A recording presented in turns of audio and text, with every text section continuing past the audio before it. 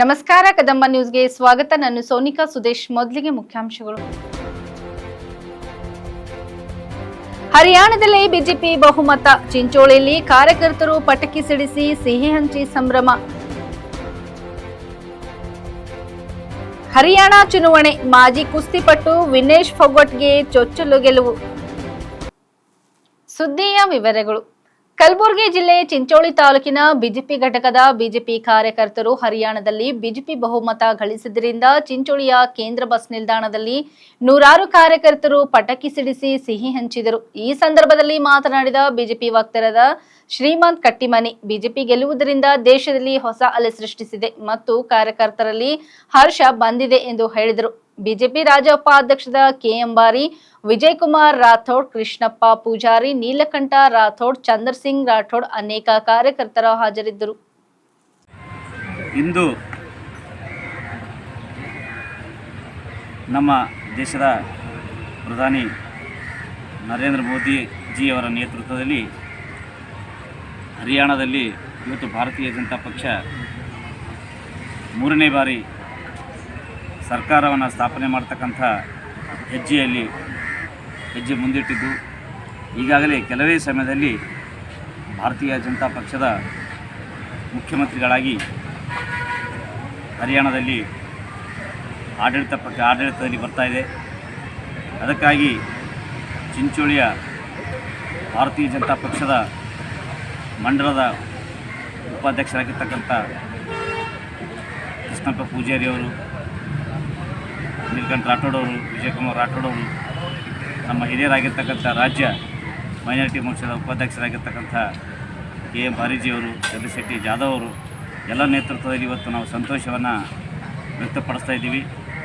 ಬರ್ತಕ್ಕಂಥ ದಿನಗಳಲ್ಲಿ ಇಡೀ ಭಾರತ ದೇಶದಾದ್ಯಂತ ಭಾರತೀಯ ಜನತಾ ಪಕ್ಷ ಎಲ್ಲ ರಾಜ್ಯಗಳನ್ನು ಸರ್ಕಾರವನ್ನು ಸ್ಥಾಪನೆ ಮಾಡ್ತಕ್ಕಂಥ ಸಮಯ ಬರ್ತಿದೆ ಅಂತಕ್ಕಂಥ ಮಾಹಿತಿಯನ್ನು ಕೊಡ್ತಾ ಇವತ್ತು ಚಿಂಚೋಳಿ ಮಂಡಲದಲ್ಲಿ ನಾವು ವಿಜಯೋತ್ಸವನ ಆಚರಣೆ ಮಾಡ್ತಾಯಿದ್ದೀವಿ. मैं हमारे साथ भारतीय जनता पार्टी के वक्तारा स्पोक्समैन जनाब श्रीमंत कट्टीमनी जी, हमारे चंद्रशेट्टी जाधव जी और विजय कुमार जी, नीलकंठ राठौड़ जी, हमारे कृष्णा पुजारी जी, हम सब यहाँ पर जीत की खुशी मनाने के लिए हम चिंचोली बस स्टैंड के सामने जमा हैं. हमारे पार्टी के अभी और लोग यहाँ पर जमा हो रहे हैं. हम सब मिलकर नरेंद्र मोदी जी को अभिनंदन बोलते हैं, नड्डा जी को अभिनंदन बोलते हैं. साथ में ख़ासकर हमारे ज़िले के माजी एमपी, राष्ट्रीय भारतीय जनता पार्टी के नेशनल एग्जीक्यूटिव मेंबर सम्मानित श्री डॉक्टर उमेश यादव जी एक 15 दिन हरियाणा में वहीं ठिकाना डालकर पार्टी के लिए काम कर आए हैं. मैं उन सबको अभिनंदन देता हूँ, खासकर हरियाणा के लोगों को, मतदार बांधवों को, कि उन्होंने फिर एक मरतबा, तीसरी मरतबा हैट्रिक बीजेपी की सरकार बनाने जा रहे हैं. मैं समझता हूँ ये एक ऐतिहासिक जीत है, क्योंकि आज से पहले कभी तीसरी मरतबा हैट्रिक कोई सरकार नहीं की.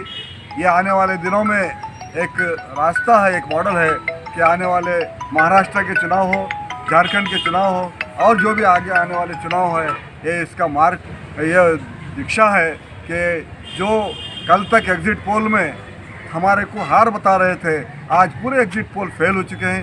कि आज भारतीय जनता पार्टी की ऐतिहासिक जीत होने पर मैं तमाम लोगों को, पार्टी के तमाम कार्यकर्ताओं को, लीडर्स को, तमाम लोगों को मैं मुबारकबाद देता हूँ, अभिनंदन देता हूँ. हम अब सब मिलकर उत्साह मनाएंगे बोलकर कहते हुए पंजाब. ಹಲವು ಅಚ್ಚರಿ ಮತ್ತು ತಿರುವುಗಳನ್ನ ಕಂಡ ಹರಿಯಾಣ ವಿಧಾನಸಭೆ ಚುನಾವಣೆ ಫಲಿತಾಂಶದಲ್ಲಿ ಒಲಿಂಪಿಕ್ ಸ್ಪರ್ಧಿ ಮಾಜಿ ಕುಸ್ತಿಪಟ್ಟು ಜುಲಾನ ಕ್ಷೇತ್ರದ ಕಾಂಗ್ರೆಸ್ ಅಭ್ಯರ್ಥಿ ವಿನೇಶ್ ಫೋಗಟ್ ಜಯ ಗಳಿಸಿದ್ದಾರೆ. ವಿನೇಶ್ ಫೋಗಟ್ ಅವರು ಜುಲಾನ ಕ್ಷೇತ್ರದಲ್ಲಿ ತಮ್ಮ ಎದುರಾಳಿ ಸ್ಪರ್ಧಿ ಬಿಜೆಪಿ ಅಭ್ಯರ್ಥಿ ಯೋಗೇಶ್ ಬೈರಾಗಿ ವಿರುದ್ಧ 6,000ಕ್ಕೂ ಹೆಚ್ಚು ಮತಗಳಿಂದ ಗೆಲುವು ಸಾಧಿಸಿದ್ದಾರೆ. 2024ರ ವರ್ಷವು ಭಾರತೀಯ ಕುಸ್ತಿಪಟ್ಟು ವಿನೇಶ್ ಫೋಗಟ್ಗೆ ರೋಲರ್ ಕೋಸ್ಟರ್ ಎಂದು ಸಾಬೀತಾಯಿತು.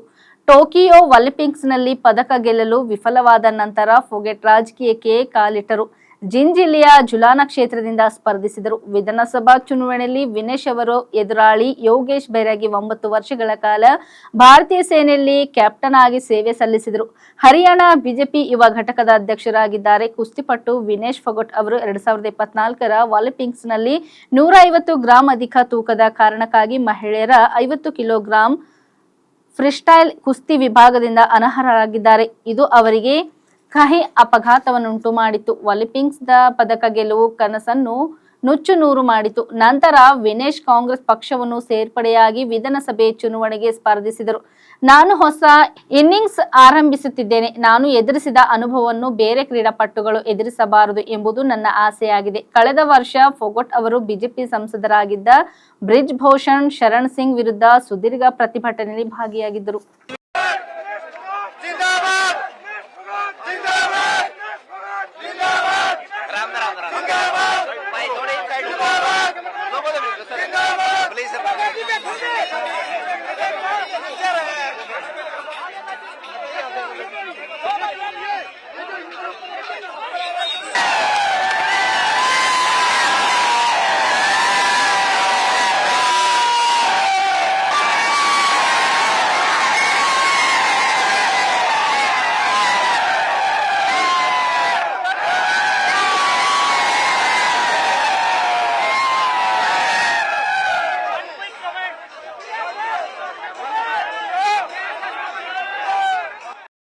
लोगों का प्यार प्रेम था और लोगों की लड़ाई थी, लोगों ने जीती है।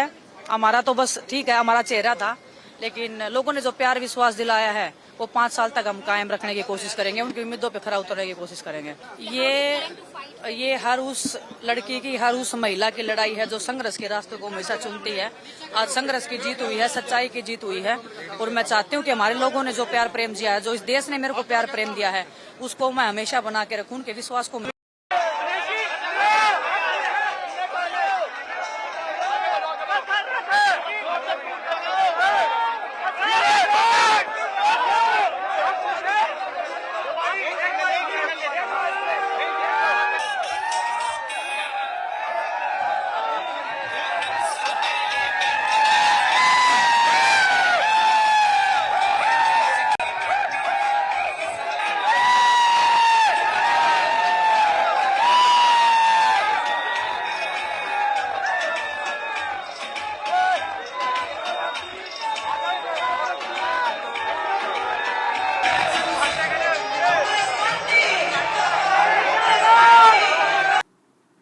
ನರಸೀಪುರ ಕೊಳ್ಳೇಗಾಲ ಮೈಸೂರು ರಸ್ತೆಯಲ್ಲಿರುವ ಶ್ರೀ ಬಳ್ಳೇಶ್ವರ ದೇವಸ್ಥಾನದ ಆವರಣದಲ್ಲಿ ನಡೆದ ನಮ್ಮ ಕರ್ನಾಟಕ ಸೇನೆ ಸಂಘಟನೆ ವಾಲ್ಮೀಕಿ ವೃತ್ತ ಹೊಸ ತಿರುಮುಕೊಡಲು ಆಟೋ ಚಾಲಕರ ಸಂಘದ ವತಿಯಿಂದ ಹಮ್ಮಿಕೊಳ್ಳಲಾಯಿತು. ಕಾರ್ಯಕ್ರಮವನ್ನು ಜ್ಯೋತಿ ಬೆಳಗಿಸಿ ನಂತರ ಮಾತನಾಡಿದ ರಾಜ್ಯಾಧ್ಯಕ್ಷರು ಬಸವರಾಜು ಪಡಕೋಟೆ, ಆಟೋ ಚಾಲಕರಿಗೆ ಏನೇ ಸಮಸ್ಯೆ ಇದ್ದರೂ ನಮ್ಮ ಕರ್ನಾಟಕ ಸೇನೆ ನಿಮ್ಮ ಜೊತೆ ಎಂದೆಂದಿಗೂ ಇರುತ್ತೇವೆ. ಇವತ್ತಿನ ಕನ್ನಡ ಉಳಿದಿದೆ ಎಂದರೆ ಅದು ಆಟೋ ಚಾಲಕರಿಂದ ಮಾತ್ರ. ಆಟೋ ಚಾಲಕರು ಮದ್ಯಪಾನ ಮಾಡಿ ಆಟೋಗಳನ್ನು ಚಾಲನೆ ಮಾಡಬಾರದು. ನಮ್ಮ ಕರ್ನಾಟಕ ಸೇನೆ ಶಿಸ್ತಿನ ಸೇನೆಯಾಗಿದ್ದು ಆಟೋ ಚಾಲಕರು ನಿಮ್ಮ ಮಕ್ಕಳು ನಿಮ್ಮಂತೆ ಆಟೋ ಚಾಲಕರಾಗಬಾರದು. ಮಕ್ಕಳಿಗೆ ಒಳ್ಳೆ ವಿದ್ಯಾಭ್ಯಾಸ ಕೊಡಿಸಿ ಅವರನ್ನು ಸಮಾಜದಲ್ಲಿ ಉತ್ತಮವಾದ ಪ್ರಜೆಯನ್ನಾಗಿ ಮಾಡಿ. ಮನೆಯಲ್ಲಿ ನಿಮ್ಮ ಮಕ್ಕಳಿಗೆ ಕನ್ನಡ ಅಭಿಮಾನ ಬೆಳೆಸಿರಿ. ಕುಂಪು ಮೈಸೂರು ಮಹಾರಾಜರು, ಕ್ರಾಂತಿವೀರ ಸಂಗೊಳ್ಳಿ ರಾಯಣ್ಣ, ಇಮ್ಮಡಿ ಪುಲಕೇಶಿ ಇಂತಹ ಮಹನೀಯರ ಬಗ್ಗೆ ಮಕ್ಕಳಲ್ಲಿ ವಿಚಾರಗಳನ್ನು ತಿಳಿಸಿದರು. ಇದೇ ಸಂದರ್ಭದಲ್ಲಿ ಅನಾಥ ಶವಗಳ ಮುಕ್ತದಾತ ಡಾಕ್ಟರ್ ಎಂ ಮಾದೇಶ್ ಮುರುಗುನ್, ತಾಲೂಕಾ ಅಧ್ಯಕ್ಷರು ಎಂ ಮಾದೇಶ್, ಉಪಾಧ್ಯಕ್ಷರು ಎಂ ಗಣೇಶ್, ಪ್ರಚಾರ ಸಮಿತಿ ಅಧ್ಯಕ್ಷರು ಬಿ ಬಸವರಾಜು, ಪ್ರಧಾನ ಕಾರ್ಯದರ್ಶಿ ಎಸ್ ರಮೇಶ್, ಗೌರವಾಧ್ಯಕ್ಷರು ಅಂಬರೀಶ್, ಸಂಘಟನಾ ಕಾರ್ಯದರ್ಶಿಗಳು ಮಹಾದೇವ್ ನಾಯಕ್, ರಾಮು, ಸುಭಾಷ್, ರವಿ, ಮಂಜು, ಮಹಿಳಾ ಘಟಕದ ಲಕ್ಷ್ಮಿ, ಶ್ರುತಿ, ಶೋಭಾ, ಸುಮಾ, ಸವಿತಾ, ಸರಸ್ವತಿ ಉಪಸ್ಥಿತರಿದ್ದರು.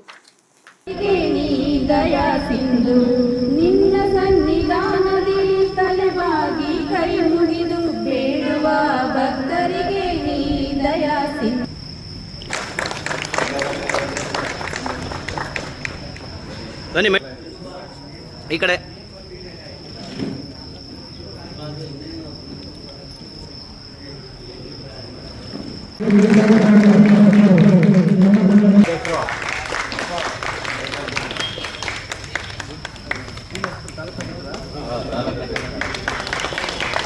ಸರ್ ಹಂಗೆ ನೋಡಿ.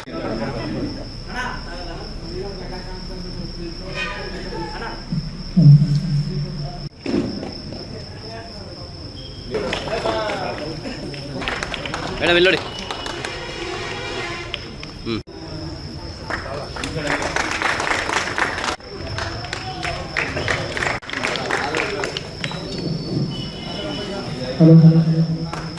ಸರ್ ಹಂಗೆ ಇಲ್ಲಿ ನೋಡಿ.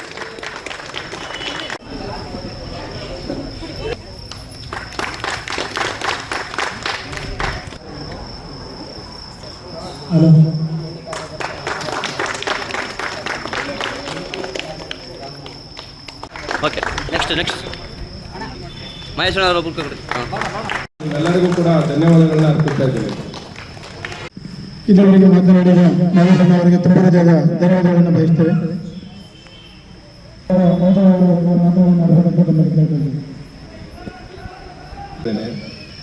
ಟಿ ನರಸೀಪುರದಲ್ಲಿ ಸುಮಾರು ಒಂದು 35 ವರ್ಷಗಳಿಂದ ಆಟೋಗಳು ಪ್ರವೇಶ ಆಗಿ 35 ವರ್ಷ ಅಂದರೆ 3.5 ದಶಕಗಳು ಕಳೀತು. ಇಲ್ಲಿ ಒಂದು ಸಣ್ಣ ಪುಟ್ಟ ಕೆಲವು ಸಮಸ್ಯೆಗಳಿವೆ. ಆ ಸಮಸ್ಯೆಗಳನ್ನು ನಮ್ಮ ಆಟೋ ಚಾಲಕರ ಅಧ್ಯಕ್ಷ ಸಂಘದ ನಮ್ಮ ಮಾದೇಶ್ ಅವರ ಇಲ್ಲಿ ಮತ್ತೆ ನಮ್ಮ ರಮೇಶ್ ಮತ್ತೆ ಇವರೆಲ್ಲ ನಮ್ಮ ಆತ್ಮೀಯ ಬಂಧುಗಳು ಕೆಲವರೆಲ್ಲ ಹೇಳ್ತಾ ಇರ್ತಾರೆ, ಯೂನಿಫಾರ್ಮ್ ಇಲ್ಲ ಅಂತಂದ್ಬಿಟ್ಟು ಪೊಲೀಸರು ದಂಡ ಹಾಕ್ತಾರೆ ಅಂತ ಅಂದ್ಬಿಟ್ಟು ಹೇಳ್ತಾರೆ.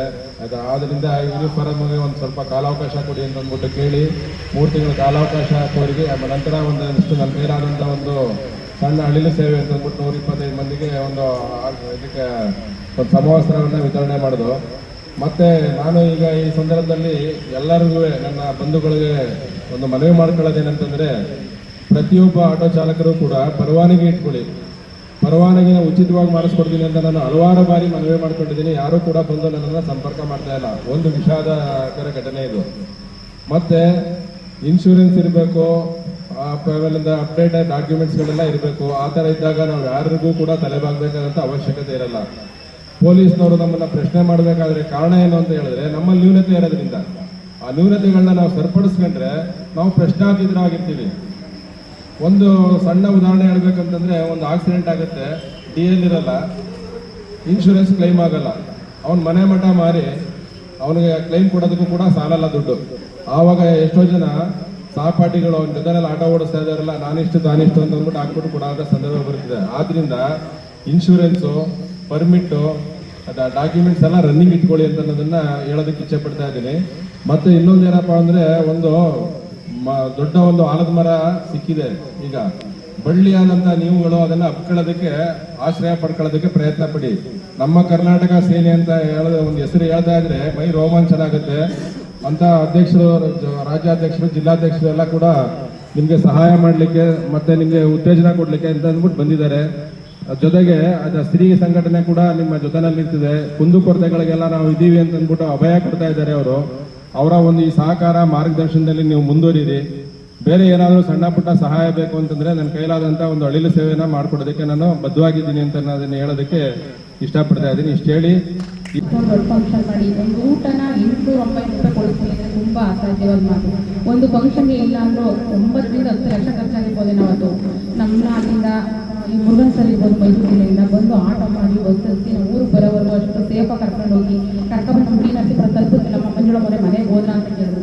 ಯಾರು ಹೆಣ್ಮಕ್ಳನ್ನ ಅಷ್ಟು ಸೆಕ್ಯೂರಾಗಿ ಕರ್ಕೊಬರಲ್ಲ. ಅಂತ ಒಂದು ಒಳ್ಳೆ ಕೆಲಸ ನಮ್ಮ ಕರ್ನಾಟಕ ಸೇನೆ ನಿಭಾಯಿಸುತ್ತೆ ಅಂದರೆ ನಮಗೆ ಒಂದು ಖುಷಿ.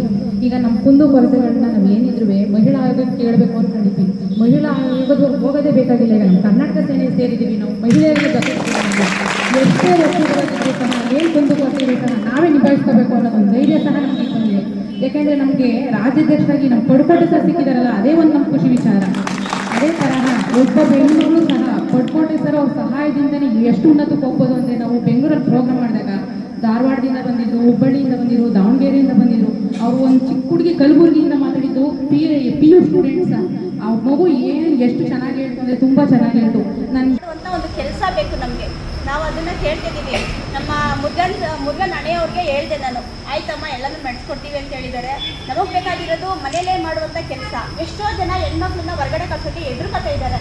ಇವಾಗ ನಾವು ಒಂದು ಆಲದ ಮರ ಹಿಡಿದಿದ್ದೀವಿ. ನಾವು ಹಿಡಿದಿರೋದು ನುಗ್ಗೆ ಮರ ಅಲ್ಲ, ನಾವು ಹಿಡಿದಿರೋದು ಒಂದು ಆಲದ ಮರ. ಅದು ಸುತ್ತ ನಾವು ಉರಿಕೊಂಡು ನಮ್ಮ ಹತ್ರನೇ ಬರಬೇಕು. ನಾವಿವಾಗ ಸ್ವಲ್ಪ ಗುರುತಿಸ್ಕೊಳ್ಳೋಕ್ಕೆ ನಾವು ಇಷ್ಟೊಂದು ಸಾಹಸ ಪಡ್ತಿದ್ದೀವಿ. ನಮ್ಮನ್ನು ನೋಡಿ ಇಡೀ ನರಸೀಪುರ ಪ್ರಾಂತ್ಯದಲ್ಲಿ 36 ಗ್ರಾಮ ಪಂಚಾಯತಿಗಳಿವೆ, ಅವೆಲ್ಲ ಕೂಡ ಇಲ್ಲಿಗೆ ಬರಬೇಕು. ಇದೊಂದು 2 ಮಾತಾಡೋಕ್ಕೆ ನಮಗೆ ಅವಕಾಶಗೊಂಡ ವೇದಿಕೆಗೆ ನಮಸ್ಕಾರ. ವಿನಾಯಕಪ್ಪ ಇರ್ಬೋದು, ನಮ್ಮ ನಾಗೇಂದ್ರ ಇರ್ಬೋದು, ಸುರೇಶ್ ಅವರು ಇರ್ಬೋದು, ಸತೀಶ್ ಅವರು ಇರ್ಬೋದು, ಅರುಣ್ ಅಂತ ಆಟೋ ಡ್ರೈವರ್ ಯಾರೋ ಒಬ್ಬ ಇದ್ದಾರೆ. ಇದು 99 ಜನನು ಇಂಥ ವಿಧವಿಧಗಳಿಂದ ಗೊತ್ತಾಗಬೇಕು ಅಂತ ನಾನು ಮಾಡಿರೋದು. ಸರಿ, ನಮ್ಮ ಆಟೋ ಡ್ರೈವರ್ಗಳಿಗೆ ಒಳ್ಳೆ ಹೆಸರು ಬರ್ಬೇಕಂತ ಅದೇ ಥರನೇ ಇವಾಗ ಇರುವಂಥ ಸಿಚುವೇಶನ್, ಗಾಡಿಗಳು ಯಾರೋ ಡಿಮ್ಯಾಂಡ್ ಮಾಡಕ್ ಹೋಗ್ಬೋದು. ಎಲ್ಲರಿಗೂ ಕಷ್ಟ ಇದೆ, ನಿಮ್ಗೂ ಕಷ್ಟ ಇದೆ, ಅವ್ರಿಗೂ ಕಷ್ಟ, ಡಿಮ್ಯಾಂಡ್ ಮಾಡಕ್ ಹೋಗ್ಬೇಡಿ. ಒಳ್ಳೆ ಸತ್ವವಾಗಿ ಕಷ್ಟ ಇದೆ, ಸರಿನಾ? ಮುಂದಕ್ಕೆ ಈಗ ವೈಟ್ ಬೋರ್ಡ್ ಟ್ಯಾಕ್ಸಿಗಳೆಲ್ಲ ಕಡೆ ಬರ್ತಾ ಇದೆ. ಯಾಕೆ ಬರ್ತಾ ಇದೆ? ಯಾಕೆ ಜನಗಳು ಇದು ಮಾಡ್ತಾ ಇದ್ದಾರೆ? ನಾವುಗಳು ಸರಿಯಾಗಿ ರೆಸ್ಪಾನ್ಸ್ ಮಾಡ್ತಾ ಇಲ್ಲ, ಕರೆಕ್ಟ್ ಅಲ್ವಾ? ನಾವುಗಳು ಕರೆಕ್ಟ್ ಆಗಿದೆ ಅಂತ ನಾವು ಯಾರು ಕರೆಯಲ್ಲ.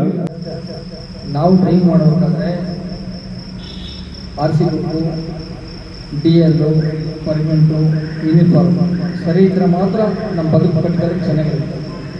ಒಂದು DL ಒಂದು ಸಮಸ್ಯೆ ಏನಾಗುತ್ತೆ, ನಮ್ಮ ಜನಗಳು ಮಾತ್ರ ಪರಿಹಾರಗಳು ಕೊಡಬೇಕಾಗುತ್ತೆ. ಯಾಕಂದ್ರೆ ನಾನು ಬೆಳಗ್ಗೆ ದಿನನಿತ್ಯ ನೋಡ್ತಾ ಇರ್ತೀನಿ, ಇವೆಲ್ಲ ಸಾಕಷ್ಟು ರಾಜಿ ಮಾಡ್ತಾ ಇರ್ತೀನಿ.